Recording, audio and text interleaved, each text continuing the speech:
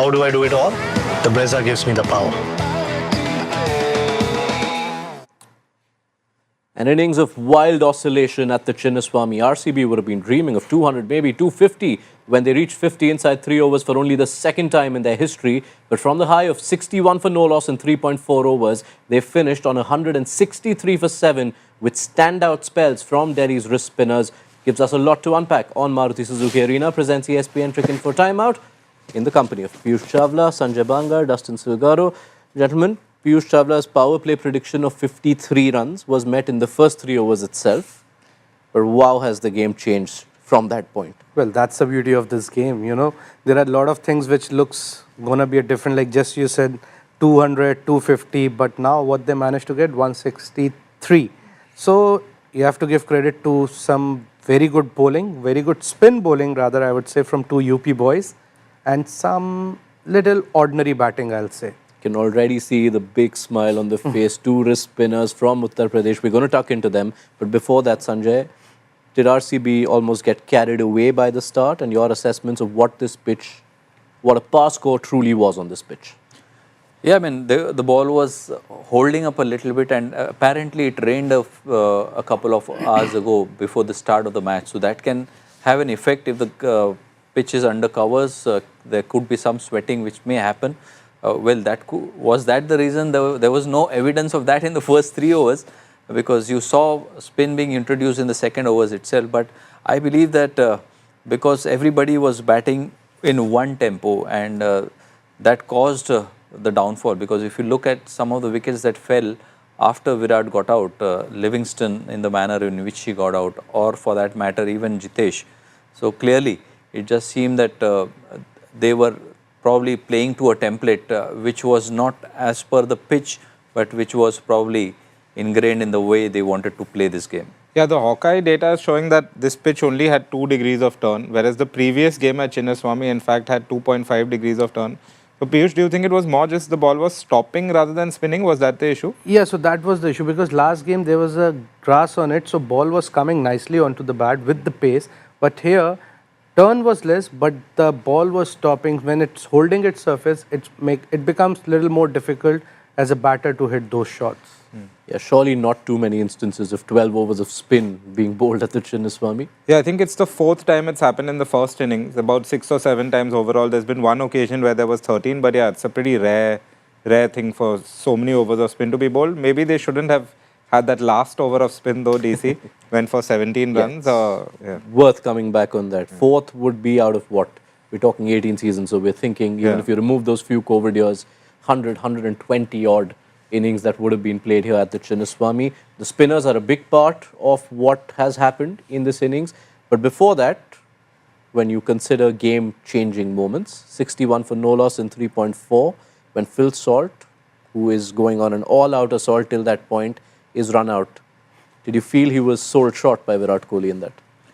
Well, it was one of those things wherein both the batters were looking at the fielder, and one thing was that he had struck the ball so hard, probably not a run, because when you have power play situation and you strike the ball so hard, that could have been a wrong call from both ends, because him wanting to get off to a run and Virat also looking to probably go down the wicket, and then both of them watching the ball and then slipping in the end when he was trying to make the ground, that could have caused that dismissal. I have a question about this, Sanjay. I want to get a coach's perspective, because we often discuss in the office, what is the value of a quick single in T20s? Because in ODIs, you always thought, okay, singles are important, but in T20s, when you have batters going like that, it's 61 of 3.5. As a coach, what was your sort of message? Should you go for the quick single, or is it sometimes not worth it? I mean, you go for a quick single if you drop and run, but this was a well-struck ball, and at times the adrenaline rush is so much, wherein if you're just stonking each and every ball, and even there he was looking to hit a 4, but there he thought that, okay, there could be an opportunity for a misfield. So all those things would have happened in his mind in that short split of a second to make a decision. So I think we as coaches don't really dwell too much into passing these things on, like if you hit a boundary, go for a single, or do not run if you strike the ball really hard. So I don't think those conversations happen at this level. And is it even possible to tell Virat Kohli to not go for quick singles at any point in any format? No, you do pick up the right time to have those discussions, and it's not that batters, whenever they get run out, it's not one batter's fault. It is always a combination of a lot of events. So one has to be mindful of that as well. Thoughts on the run out? Well, yeah, as Sanjay Bhai mentioned, it was hit too hard and then it went on the bounce as well. If it goes on the ground, so it becomes a little more difficult, but that was an easy pickup for the fielder and then throw was there. So I feel sometimes you have to miss these kind of singles when you already had a great start. All right, so that was the first blow, and then after that, everything just stopped for RCB. The next 2.2 overs of the power play, I think 3 runs were added, and that's when first entered Vipraj Nigam, then you had Kuldeep Yadav. Piyush, why don't you tuck into this one and tell us what Vipraj Nigam did which helped him be so tough to score of? If you look at his wrist position, he's trying to spin the ball, and this was a kind of surface the spinner only be successful when you're trying to spin the ball, because Akshar also bowled, but he's not a spinner of a ball. He just comes and bowl those good line and length. But with wrist spinners, you have that an advantage that where you give more rest to the ball, which dips onto the batter. And with Vipraj Nigam's action, his body is always behind the ball, so you get that extra bit of pace, which didn't allow the batters to get that extra bit of second to face him. So that's why he has become more, you can say, he was more difficult to pick up. And very courageous as well for Vipraj to, back himself to spin the ball, as Piyush said, because in the early part of the over, he bowled a ball which was in stump line to Virat, and Virat hit it for a 6 over the side screen. But here he changed the line to wide outside off stump, and it takes great courage for a spinner when there are only 2 fielders outside the circle to throw the ball slightly wider. So, I mean, he was spot on, and he's clearly shown that in his first season itself, he's proving to be a really, really valuable pick for Delhi Capitals. Yeah, he's already standing out, bowling some crucial overs. You brought up how he's bowling those power play overs, which tend to be so difficult, and now has the wicket of Virat Kohli to add to his early collection in the IPL. And then came the season spinner. We come to expect these things from Kuldeep Yadav, but how is he repeating it as often, and what stood out about today's performance? Well, he kept things very simple. He came, he saw the wicket, and he knew he just have to follow his basics. On these kind of surfaces, you don't need to do anything extra. If you follow your basics, he was completing his action, he was giving those revs to the ball, and he was just changing his line a bit. Because for a spinner, line is an option, but length is not. So he was doing that really well. Sometimes he goes outside off stump, and most of the batters, even the best of the batter like Rajat Patidar, who plays spinners really well, he also struggled against him because of the revs. And when you give more rev to the ball, it dips onto the batter. You feel it's coming to, close to me, but it always falls 6 to 8 inches short, which really makes a huge difference. And that's what happened in the wicket of Rajat Patidar as well. Obviously, he went across the line, but it was little bit fuller. It would have gone over mid-wicket, but it was touch shorter, not shorter. It dipped onto him. That's why he got out on. This pairing of Kuldeep and Vipraj, and there is a third spinner to speak about, we'll come to him, but Kuldeep and Vipraj at the moment looking like the best spin pairing in this season so far. Oh, I mean, they have some really good players to be in comparison with, because if you think of KKR, they have Sunil Narayan and Varun Chakravarti. But I mean, I wouldn't really like to compare Vipraj at this stage of his career, but for Kuldeep, because he had a couple of really poor seasons for KKR when he was benched because of his inability to accept or to bowl as per the T20 requirements. But here you have in this phase of his career, wherein teams are now giving the sort of respect which maybe a Sunil Narayan or for that matter a Rashid Khan, they commanded that sort of a respect from the opposition. I think one of the numbers that's also been standing out about Kuldeep when we've done the deep dives is how often he's bowling between the 14th and 17th overs and getting crucial breakthroughs, including Patidar today. Yeah, which is the role that, Chahal used to play at Rajasthan Royals. So it's something that's quite rare for spinners to be given.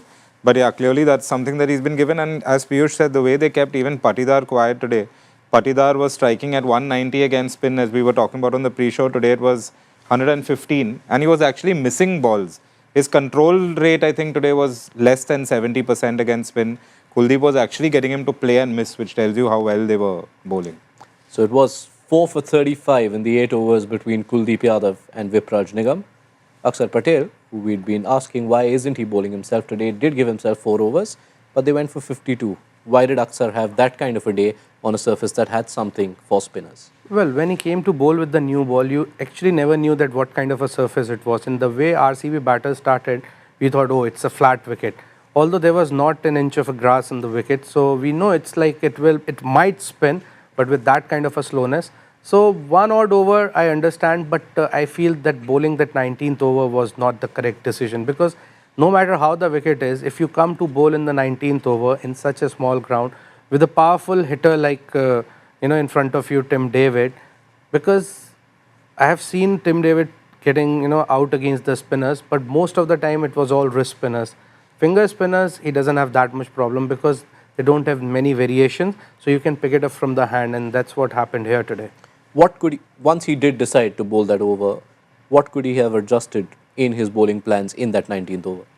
Well, I think maybe cramping him up, bowling into his body, because if you see all the boundaries scored of him, it was all room as give. The one ball was really short, which he pulled over mid-wicket, and after that, he was outside off stump where Tim David got the chance to free his arms. You had Mitch Stark, Mohit Sharma and Mukesh Kumar, all of whom have not bowled out their overs. That was a wrong call from Akshar. Probably the 20th over also, in addition to what Piyush said, and we discussed about the 19th over, him bowling the 19th over, did it make sense or not?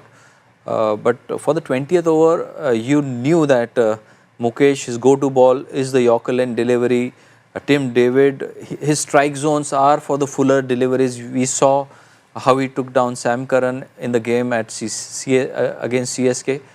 So those things actually have a lot to do when you pick up the choice of bowler. So if you would have gone hard into this wicket, maybe they would have controlled this score to under 150, because Stark against Tim David, I don't really think you would have expected Tim David to take down Stark in the fashion which he did against Mukesh Chaudhary. And a pitch that's stopping, wouldn't you also think a Mohit Sharma with all his variations would have been useful? Maybe 19th and 20th could have been Mohit and Stark rather than Akshar and Mukesh, because Mohit also had a decent day. I mean, he bowled. Yeah. I think the choice is you sort of look at the strength of the batter who is going to be batting at that end, majority of the deliveries. And for the Yorker length or for the slower ball, Tim David sets up beautifully. But for the fast pace on deliveries, it would have been a challenge. And hence I felt that Stark would have been the exact choice as a good matchup against Tim David. It is Tim David who finishes with 37 not out of 20. He's already had quite a few vital cameos. Remains to be seen whether this one has managed to give RCB enough. Matt Roller has the day off, but he's still sending some inputs in. It's the third time this season David has faced every ball of the 20th over. The track record's fairly good. Sam Curran for 19, Prasidh Krishna for 16, and now Mukesh Kumar for 19 runs. So things going well for Tim David, but are we giving any chance to RCB of defending this total? Well, see, I'll say they are at least 15 to 20 runs short, because it was not 200 wicket, but it was not even 163 wicket. It was somewhere around 180 odd runs wicket. And if you see the quality of spin what Delhi has and what RCB has, so I'll say Delhi is favourites here. Winning Yeah. in which over? That is way too much you're asking for now. Apologies. Can get carried away at times. Forecaster is giving RCB a 33% chance at the start of the chase. Still fair, and I would say that DC has the advantage of the target in front of them, and they would bat in a more conservative fashion rather than RCB, who probably were gunning for the 200 plus score. So for that reason, I think it makes sense to put DC slightly ahead of RCB at this moment. Dustin? Yeah, I'll give a prediction because my reputation doesn't matter. So 17.4 overs, they'll chase it in. All right, let's see. We will come back to you at the end of this game. Piyush, Sanjay, Dustin, look forward to your company. Thank you so much for your time right now. 164 is what Delhi Capitals require. If they get there, Delhi will have 4 wins to start an IPL season for the first time in their history. Be sure to join us at the end of the game on Maruti Suzuki Arena presents ESPN Cricket for Timeout.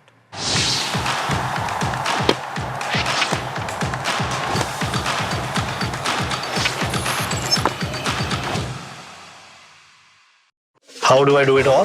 The Brezza gives me the power.